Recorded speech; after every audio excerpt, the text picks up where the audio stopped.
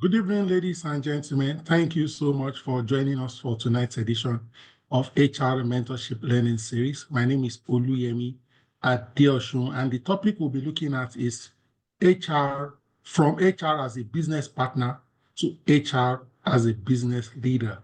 Our facilitator for tonight is Yusuf Bashirat, and I'll just read her profile very briefly. She's an HR practitioner with over 17 years experience. She is currently the HR lead consultant at Will Limited, a Nigerian conglomerate rendering management consulting services among other businesses. She is an associate member of the Charter Institute of Personnel Management of Nigeria, and she is also certified by the HRCI of the United States of America. She has PHR certification. She holds an MBA in Human Resource Management from Lagos State University. Bashirat is passionate about leveraging her skills to help business and individuals thrive. Thus, her inclination towards entrepreneurs to actualize their ideas and achieve their business goals. Bashirat also loves cooking and sporting activities. Ladies and gentlemen, speaking to us on the topic from HR as a business partner to HR as a business leader, let's welcome Yusuf Bashirat. You have the floor, ma'am. Thank you very much, Dr. Adeosun. Even though I'm a terrible cook, I'm just creative with cooking. And then sometimes when it doesn't go well, I just take it like that and then I survive. So thank you very much for having me. Good evening, ladies and gentlemen. Good morning, good evening for those that probably are joining us from different parts of the world. So the topic for today is from HR as a business partner to HR as a business leader. Permit me to say that this is not a topic for teaching, okay? It's a topic for discussion. And I would have really loved it that we have quite a number of people on the call, because it's a topic that we need to discuss as HR practitioners. It's a topic that involves us, moving from our present stage of HR practice to a new stage of HR practice. Now, I'm going to be looking at this topic from the perspective of evolution and from the perspective of the HR practitioners that we are. So from evolution, we all will agree that HR has moved over the years from one stage to the other, and we have had people practice at these different levels of HR, and we have evolved to the level that we are right now. And you would agree with me that evolution is an ongoing thing. So we are probably looking to the next stage that HR will be evolving to. Now, from the perspective of the HR practitioner, what kind of HR do we want to be? Or what kind of HR are we presently? HR practitioner are we presently? And what kind of HR practitioner are we looking to be in the future? Now, this is the evolution of our HR practice. From the days of the personnel manager, we know that there was a time in HR that we were having personnel managers. And as HR practitioners, we know the things that were peculiar to them.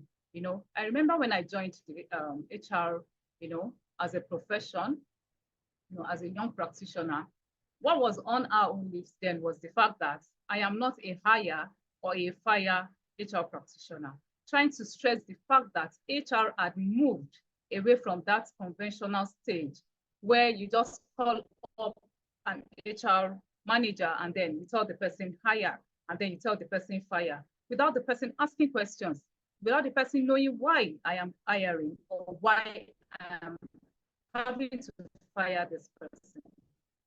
I bet there's no one on this call today that will be giving such orders and we just go, and just expedite action. No. As the HR practitioner of modern days, we probably want to know the reason for the hires. We probably are doing our workforce planning, and there must be a reason for every hire.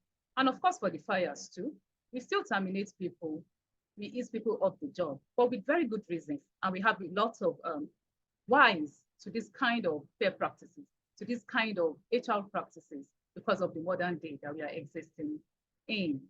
Yes, from personnel managers, HR evolved to the HR administrator, era.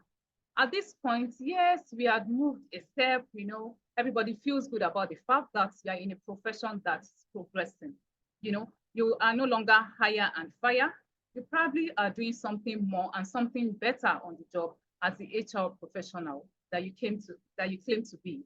You are doing some more record keeping, you are doing some more documentations, you have some more processes structured, you have procedures to your activities and a whole lot of things. So we were doing well as HR administrators. And you would agree with me, at every level of our evolution as HR practitioner, HR is something that you cannot but, practice well, because the sensitivity of what you're doing, is going to drive you to actually do something that would impact the organization or the business for which you're working. So as HR practitioners, by default, we are very finicky with the kind of work we're doing. We understand that the sensitivity of the work that we do is close to those of the medical doctors. We are equally dealing with lives, even though it is intangible here. What the doctors, the surgeons are, afraid for affecting that life that they are dealing with. HR practitioners are also afraid of affecting the future, of that person that we're dealing with. So we've got to do things better and, more structured as HR administrators. And then we were doing well at this stage. You would agree with me that while we were doing all of these things, we saw the need to evolve. Our evolution is usually informed by a whole lot of factors. We're going to discuss them as we go along with the presentation.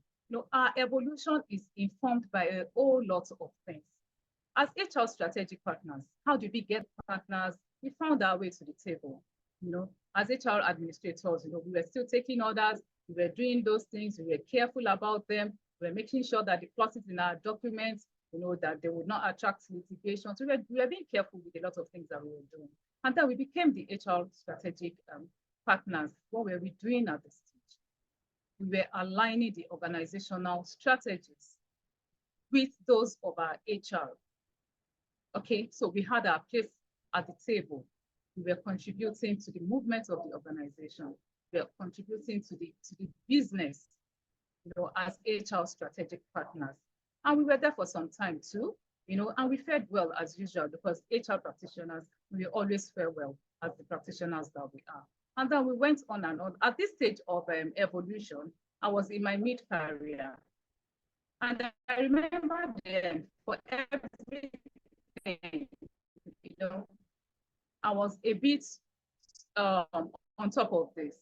Okay, I used to tell my boss, I used to tell the director that would fire, HR person, and I got into a lot of troubles, but I knew that I was speaking to my profession. I knew where my profession had evolved to. I knew what level I should be operating as the professional that I claimed to be, so being there for some time, everybody, I'm HR strategic partner. You don't have to just be an HR administrator. Do not just issue queries, do not just issue leave approvals and the rest of them. Be a strategic partner. Know what the organization is looking to achieve. Align this your HR strategies with the goals of the organization. And you probably will be doing well at the table. And of course, you would agree that we did well at the table. And then at some point at the table, we saw and we knew that it was time for us to do more. It was time for us to probably do better as HR professionals, to contribute more, to the organization, and somehow became the business partner. Now, let me state this here, that the evolution of HR, I consider it a phenomenon, okay?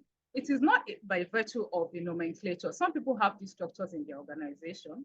You get to some organizations and then the most senior HR person is, the designation is HRR, our HR business partner or something, It's being used as nomenclature now. But if you look at the process of evolution, it is a transitioning process, okay? It is a process of you're doing something, a lot of factors are affecting what you're doing. You're having to do those things in a different way. Other factors are affecting how you're going to do them and the rest of it. And then you transition. Sometimes they don't even come with nomenclature and names so that we can know that, okay, this person is operating at this level of practice. And also as HR business partners, what were we doing at the table? So we moved a bit, beyond the table. What were we doing? We met with our HR customers. Those are our internal customers, the line managers, the people within the organization. And what were we doing for them? We collaborated with them, or we are still collaborating with them, to achieve all those goals. And of course, we are still supporting them to achieve their departmental goal and of course, the organizational goal as a whole. And that is where we are in terms of nomenclature now as HR practitioners. So now the order of the day is, I'm an HR business partner, yes. And I say that, so I want to be a business partner. And what is different, going beyond the table, I didn't just choose to do that by virtue of, okay, I need to move ahead of the table. I began to know what the business was all about. I moved out of my HR, comfort, my office, I had to go beyond the office. I had to meet with my HR customers. I had to render, support to them. I had to collaborate with them to help them achieve the goals of the organization as it is expected from them. So the business acumen was something that I had to add to my toolbox. And that is where we are existing now. However, I was in attendance, in a webinar recently, and I heard the term HR business leader, and I was wondering where that was coming from, and I was wondering why it is different from business partner. As a matter of fact, then I did one or two researches, and then I found out that yes, there's actually that new place that HR is evolving to.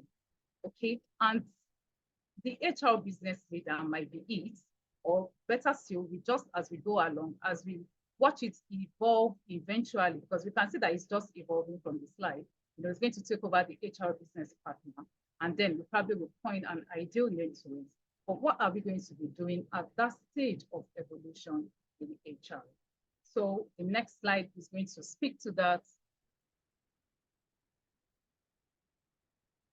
Okay, now whatever we're going to be doing as business leaders, of course, is due to some evolutions. Some industries are evolving. Some sectors are evolving. The world is evolving. A lot of things are changing. And as HR managers, we have to evolve as they evolve because we are the ones to manage them. Okay, so now, first thing on the list is technological advancement. Of course, that is number one, and it's number one everywhere. Everybody, every sector now, they have to go, they have to reckon with technology now. Even in the homes, home fronts, domestic, our domestic staff too, everybody is just going around with one form of technology or the other. So we have to reckon with technology. So technological advancement has informed, this evolution that we're talking about, this transitioning that we're talking about, changing workforce demographics. At the Lagos State Branch CIPM webinar 2 weeks ago, the facilitator couldn't stop talking about the effect of this changing workforce, how the current HR leaders are having to cope with it.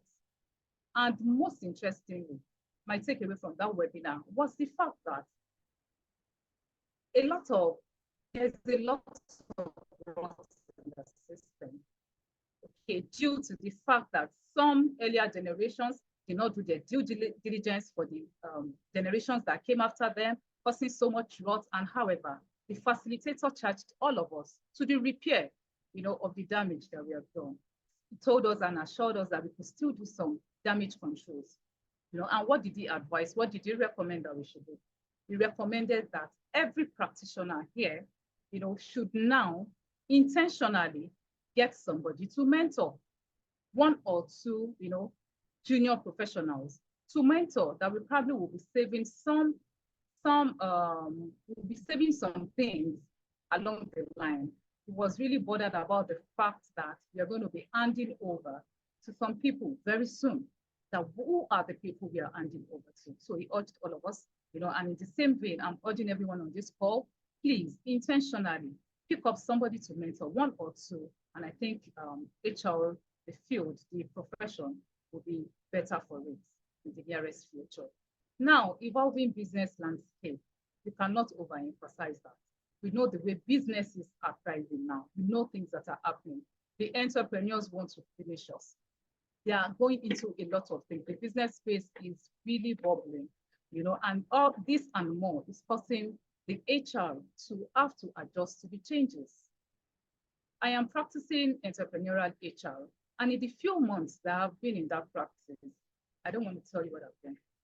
The entrepreneurs, I don't know, they have so much energy, the vision, they are so driven by so many things. And now to round it up, the government and a lot of international bodies are strengthening them up, are supporting them.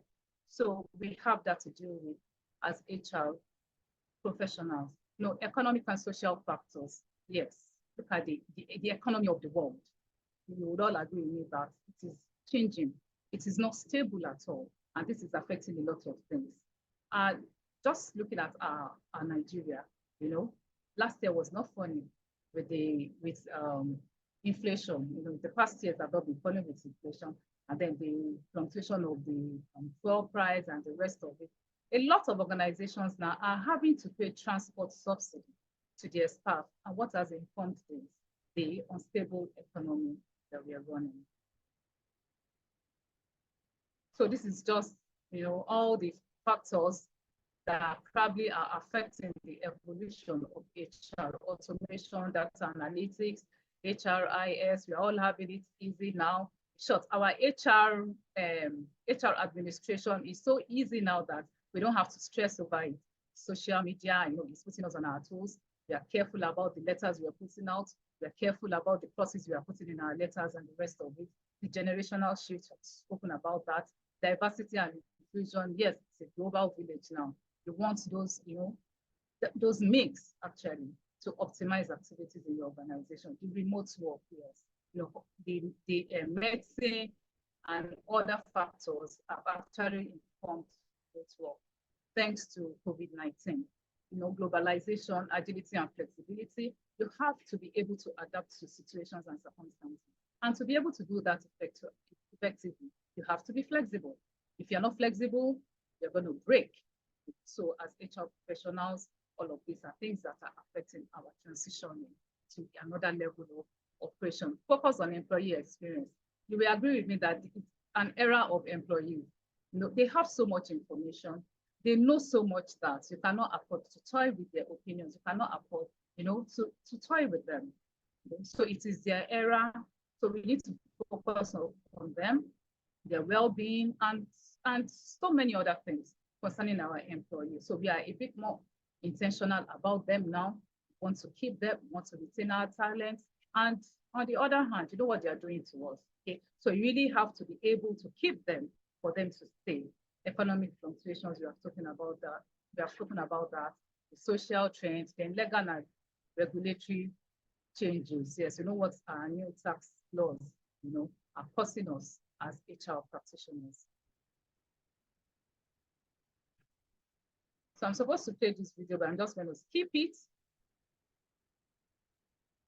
So what the video is all about is trying to tell us or trying to show us why we need to be a business partner as against being a business leader. So in this first video, what we have there is the invention of a robot. And the robot is called Catgirl. So Catgirl is close to human. Catgirl would do anything a woman would do. Catgirl would bear babies. The only thing about Catgirl is Catgirl does not have emotions, okay, but she will do everything. So as HR business partners, okay, we are collaborating with departments. We are supporting them to achieve goals and objectives. We are not looking to probably will support our IT departments to invent a Catgirl. Okay, so what is this going to do to us? Eventually, when they invent the Catgirl, we become reactive managers because we have to deal with the fact that we have cat girls around. We are going to have our employees that probably will have a cat girl in their house. And when cat girl delivers a baby, that employee is probably going to come to us to ask for some kind of leave, as a matter of fact, some maternity or some paternity leave. So we are not going to be reactive to all of these things. We are going to be proactive about them. So cat girl is due to be mass produced in year 2026. That is just next year. Are we prepared for the coming cat girl? So if you can have a cat girl around, then that got me thinking that what more can we have? What more impossible things are going to be possible eventually? What more are the other industries going to explore, that is going to drive our HR practice? Then I thought about the fact that, is it possible that we have emotional bots, bots that probably would point their finger to my face? You can see in the picture, that bot is actually having a conversation with that HR manager, and that bot is probably, not pleased about something, is driving home a point or a message or something, and pointing right into, the manager's face. Are we going to have such robots working in our organization, working in our spaces as HR practitioners? How do we intend to deal with this? How are we going to cope with this? Are we looking to that? Are we preparing ourselves in that vein? And this brings me to ask the question, as the world evolves, as HR practitioners, do we want to continue to evolve with the evolutions? Now there's a robot, and then we now sit up and see what we can do with the robot that has already been invented. Or should we begin to evolve ahead of the evolutions? And what do I mean by this? As a business leader, you're not going to be called to the lunch dinner of a cat girl.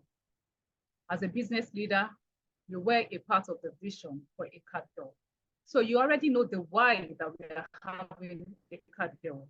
You already know what the cat girl will be doing for us. You already know the implication of having the cat girl around. You already know what it's going to do to your workforce. You already know what it's going to do with your policies. You already know what it's going to do with our deliverables.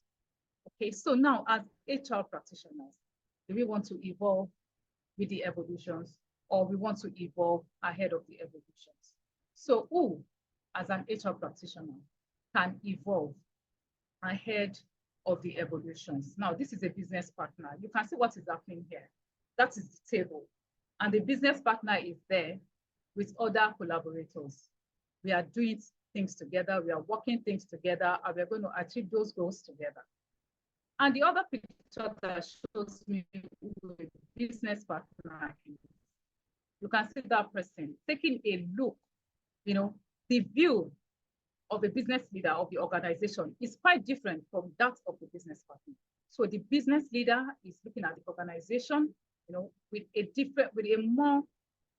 a greater responsibility, with greater involvement, with greater engagement, with the happenings of the organization, with the success of the organization. As a matter of fact, the business leader is going to own, the visions of the organization, own the strategies, drive the changes, and a whole lot more. So the person is not being called to a dinner, that, okay, this is what we have done in our department. We are inviting HR, as a special guest to come and see how we're going to launch that robot. The HR as a business leader is that person that would have been involved in the vision of inventing a cat girl or emotional robots in our organization to run our business. So I'm not going to be called to it. I'm part of the vision. I am driving the strategy. I am driving the vision for that change that is going to come eventually. I'm operating the organization from a broader view. And I am a visionary. Unlike being a business partner, where you're collaborating and you're executing, like that picture that we saw in the earlier slide, I am a consultant and an advisor. That is the role I'm playing as a business partner. As a business partner, I have to ensure that this business survives. The business is doing well, and I'm doing it at my HR level as a collaborator with the executors of the project. Then, of course, my influence as a business partner is behind the scene. Okay, because my responsibility, my level of operations is confined, to that particular level. I really cannot go high beyond. But as a business leader, I'm looking at the organization from that high place. I'm involved in the vision and strategy, so I know what is going on in the organization. I've positioned myself so I can see what is happening. I know what is involved in whatever change that we are driving. So I'm looking at the organization holistically. I'm aligning. Let me take us back to this slide where the business leader is trying to juggle. You can see her holding, one of the, the people. What is she trying to do? She's looking at that person, looking to juggle the activities of each of these people that we have on this visual. Sorry, I'm back again. So what leadership style will I be practicing as a business leader? Of course, I'm a visionary, okay, and of course, directives is what I will be doing. But as a business partner, I probably will have to collaborate because I have to get the other people. I have to enhance their activities, collaborate with them, support them so that they achieve their goals and objectives as a department. Now, as a business leader, this is what you're going to be looking like. Okay, I hope you know what this means.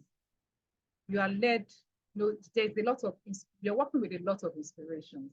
You're not being, okay, at some level of evolution as HR people, they bring the organizational goals to us and say, this is what we intend to achieve as an organization. And then you apply your HR strategies to achieve those goals of the organization. But as a business leader, you're not being given goals to achieve. You're not being given objectives to achieve. You are setting the goals of the organization because you're a business leader. The business acumen is there. You have the right tools. You have the information. You are exposed to the external customers of the organization. You're a great stakeholder in the organization. You have positioned yourself. You have owned the vision and the strategy of the organization. So you are operating at that level at that level of HR, that you are a part of the vision of the organization. And you're not just owning the vision and the strategy of the organization, you are driving the vision and the strategy to actually bring about that change that we're talking about. And you're not just doing it at your HR level, you are doing it at the organization-wide level. You are able to juggle the different stakeholders in everything that needs to be achieved, or every goal of the organization that needs to be achieved. So that is who you're going to be. You're going to be very busy. You're going to be thinking about those strategies a lot because you own them. How are they going to be achieved? Who am I going to put to this? Who am I going to put to that? So you're not just going about to your HR tools. You are going about with more sophisticated tools here. Now, how do we want to be a business leader? Or how do we want to be ahead of the evolutions? It's only a business leader that can be ahead of the evolutions. And what does this mean? It means that it is the business leader that already envisaged the impossible possible that probably will happen in the nearest future, like the emotional burst that we're talking about. I did a bit of a research and I found out that even in the science world, they're still dealing a lot with inventing the emotional burst.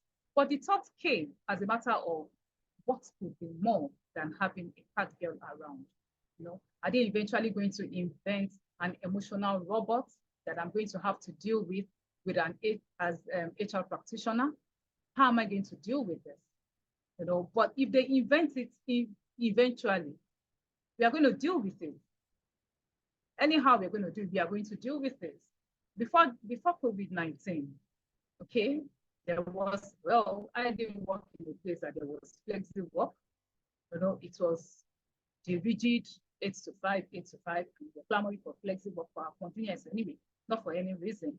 And we didn't get it. But when COVID-19 came, employers didn't need to be told because nobody wanted to be infected. So the first thing was, please, everybody stay away. And then we saw that we have to remain in business. And then we thought about the fact that they could do some things remotely. And then eventually, COVID-19, well, we are still in it, you know. After COVID-19, we are still dealing with the effects. You know. Remote work has come to stay. Flexi work has come to stay in Nigeria. A lot of organizations, even those that their duties requires that they are physical in the office, they will be asking you for like 2-3 days, they want to do hybrid. And I'm looking at them like, where is that coming from?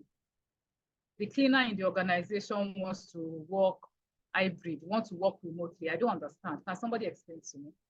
Is it that you're going to be sweeping or you're going to be mopping or cleaning from the corner of your house or something? You know, so all those things have come to stay. And these are the things that inform the transitioning from one level of the operation to another level of operation. Now, as HR practitioners, you can assess yourself, you know, look inward. What level of operation am I? What level of operation should I actually be? So the essence for this discussion is to let us know that HR is evolving to another level. Now, findings as ever, some of our practitioners are already existing at this level of business leaders. And you hear people saying, why is HR so powerful? Is it their business? They will be doing it like it's theirs. That it's a level of, you know, HR operation, and it's a level of expertise that we all need to attain as the practitioner that we are. You know, we have some people already in that space. So those kind of people on this call, I would urge you to please teach us how to get there. What did you add to your HR toolbox? What did you take out of your HR toolbox to actually attain that position? And like I tell people, that position is not one that you get to by promotion.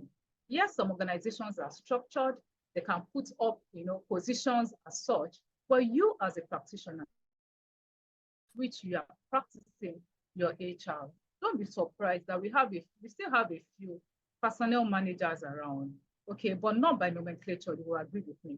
They are probably also called business partners in their places of work, you know, by virtue of promotion, nomenclature, but by virtue of expertise. How are you operating? What are you doing in your organization? How are you impacting your organization? What tools do you have in your box? So for those that are already existing at that level, please, you need to tell us, teach us what to do, because whether we like it or not, the evolutions are going to happen. Technology is going to continue evolving. The world will continue evolving. The other professions will continue to evolve. Things are going to continue to happen. And as the people managers, have to evolve with them.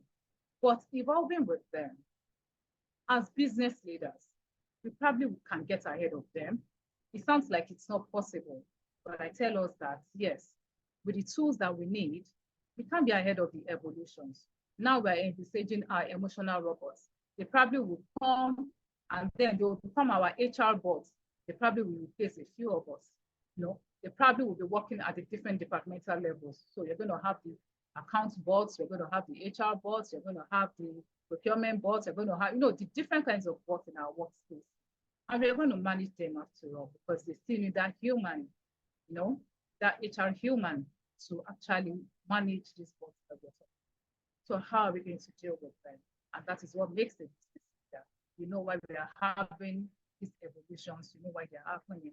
And as a business leader, you already know, you can see those things and you can already prepare for them. You can take delivery of them without having to shiver too much as people manager that has to manage the situation. So let us know what tools we're supposed to add into our toolbox. What more do we need to do? Because now we know that it is not a matter of promotion. It is a matter of practice as HR practitioners. Yes, we can be ahead of the evolutions by being ready for the evolution. So I've thought about emotional bots. So I'm ready when they come. I just might not be able to put, you know, the exact things to it, but I know that someday we are going to have emotional bots in our midst, the bots that are going to challenge us, to our unfair practices. Yes. So those HR practitioners that feel, yes, I have so much power and authority, I can do this, I can undo that, and the rest of it. By the time we are dealing with bots, yes, you can be sure that you're not going to be that way anymore, because the robots are going to actually confront you because they have emotions. And remember, we are still ahead of the robots because they are programmed, we are humans. So they are going to react according to what has been programmed in them. And remember that we are going to be great contributors to these robots because we are going to be feeding the technical people with whatever thing, with the ideal HR person. And that is what an HR bot should be, or an HR, a bot employee. Okay, so we are the ones that would have fed all those things. So by the time they are getting out, or by the time technology is working for us, yeah, at some point it might get at us, and one of the times that I'm envisaging is when we have the emotional bots. So we are going to have to conform, we're going to have to be to comply, we're going to have to be compliant with our practices, our standard practices, so that we don't have the bots, getting furious and then they can't go back on their emotions. They cannot control their emotions. So what is it that can help us to get ahead of the evolution? Is by being ready and then being prepared. And then you can have the evolution come. So this is the peculiar thing that makes a business leader. What is the peculiarity? We are now owning the vision and the strategies of the organization. We are not taking over it, but we are owning it. So the role we have to play is such that we are helping the organization achieve its goals and objectives by owning the vision. So we already know where the organization is heading to, and we are involved in the process. So down the line, we contribute as much as we can, and then we are not wowed when these things eventually come to life. We're already a part of it, we understand it, we know it, and we are not being reactive HR practitioners. So as I have written here, that still pondering, yes, we are going to continue to ponder as long as evolution continues. And like I said earlier, evolution is ongoing. Okay, so to catch up with the evolutions, to be ready and to be prepared, we need to evolve as HR evolves. We need to move beyond the nomenclatures, the positions, and all of these things. We need to ensure that we are actually the HR practitioners that we are known to be, that we are certified to be.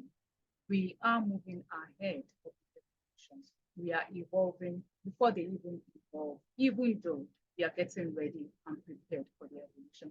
So we are going to continue pondering. And at this point, while we have that straight look, I like to put up a smile so that we know that we can be happy doing what we do as HR practitioners. Dr. Adeosho, sir. Hello, sir. Thank you so much for your session and your presentation. Ladies and gentlemen, do we have any questions, comments, or contributions?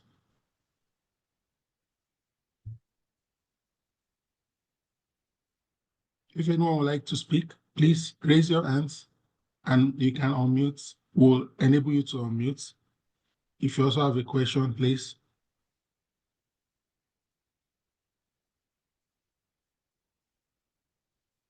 I'm checking the chats to see if the Zoom chat, whether anybody has dropped any question, but I've not seen any yet.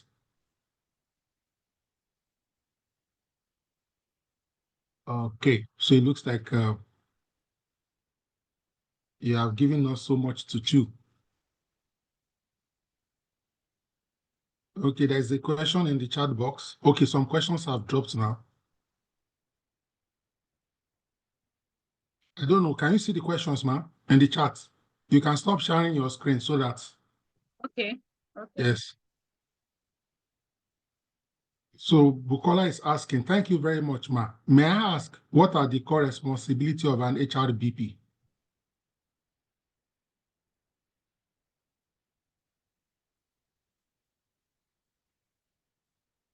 Okay. Should I repeat the question, ma? I'm trying to trace it. Please read it, No, sir. I'm reading it, ma, so that you can hear it from me. Okay. What are the core responsibilities of an HRBP? Okay, so that is the human resource business partner. So the responsibilities are not far-fetched. Okay, it's what we do as HR strategists. Okay, what is peculiar to us as business partners is the fact that we are beginning to go beyond just aligning our HR strategies with the organizational strategies. We are going beyond that to support our service departments within the organization to achieve their goals for the organization. And we are beginning to collaborate. Before the advent of the business partnership, we used to operate as HR as a service unit in the organization. And we just do our HR and we withdraw back to our office. And that is why I said we are looking at this topic from the angle of operational level. If we open our toolbox for each of these levels, we have a long list of things that we should be doing as HR practitioners. But what we are talking about here is the fact that you need to move beyond your regular HR, my HR has done this, and then you're just moving into, you're just staying back in your, sorry, I have an interruption there. You're just staying back in your HR space. Now you are moving beyond your HR space, you are moving to your internal customers. You are helping those other service departments to achieve their goals for the organization. And what are you doing in turn? You are helping the organization to achieve its global goals and objectives. So I hope that answers the question. Thank you so much, ma. We have another question here. She is asking, is it advisable to move to another space when there is no opportunity internally? So absolutely. Okay, and that is why I keep stressing the fact that as a practitioner, is different from running through the career progression of where you're working. You work in some organizations that you can't move beyond some certain level. But as a practitioner, you know how equipped you are, you know what kind of vision you have, you know what self-developmental plan that you have for yourself, you know the career vision that you have for yourself. So why would you want to exist? Why would you want to stay where there's no space for progress? Okay, you probably will have to look for a space where you can actually achieve your goals. So of course, I don't expect that you stay in there, except you just want to be surviving there. And during my presentation, I mentioned that we probably still have some personnel managers in our midst. And they can only remain personnel managers because they have remained in that space and they have refused to move out. One, or it could be that they do not even have any career plan for themselves. They are just okay and they are surviving in that system. So it depends on your vision as a practitioner, as an individual. Thank you.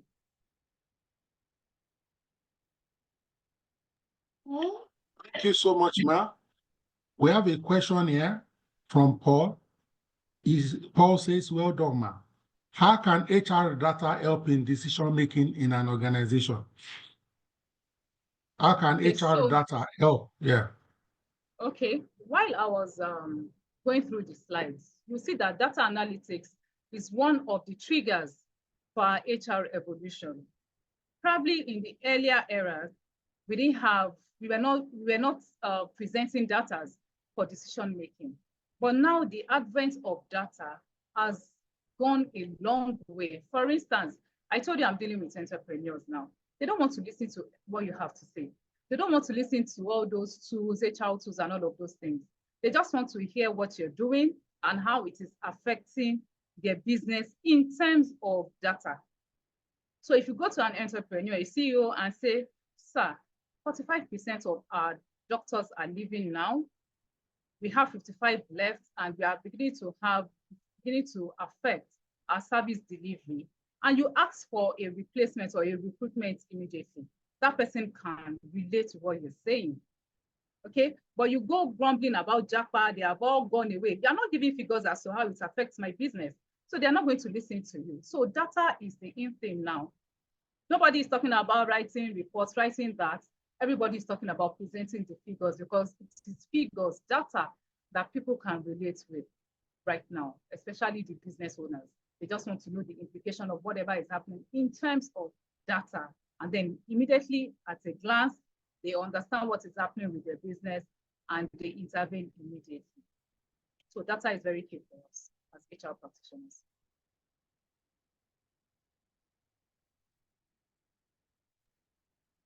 Thank you so much. Thank you so much. We have just one more question here, and it's a follow-up from Bukola. Bukola says, please, are you, by implication, will HR require knowledge in business development or management to be able to support the business? And I also allow her on mute so that she can further shed light on her question. Bukola, you can unmute, please.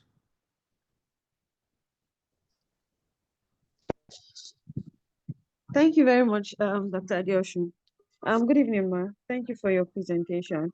All right, so I think I'm a bit interested in this because I think the business aspect of HRBP is like one of my interests so far. But I realized most times I wanted to in this part, but then look for mentors around this space. But I was amazed when I started seeing their portfolio. It's not contributing to the business. I'm seeing more of recruitment. I'm seeing more of performance management. I can hardly hear Bukola. I can't hear Bukola anymore. It's network. Bukola, you may have to type your question. No, I think Bukola is in the United States. They have internet issues abroad. She's not with us in Nigeria. When you were talking about HR, this is HR.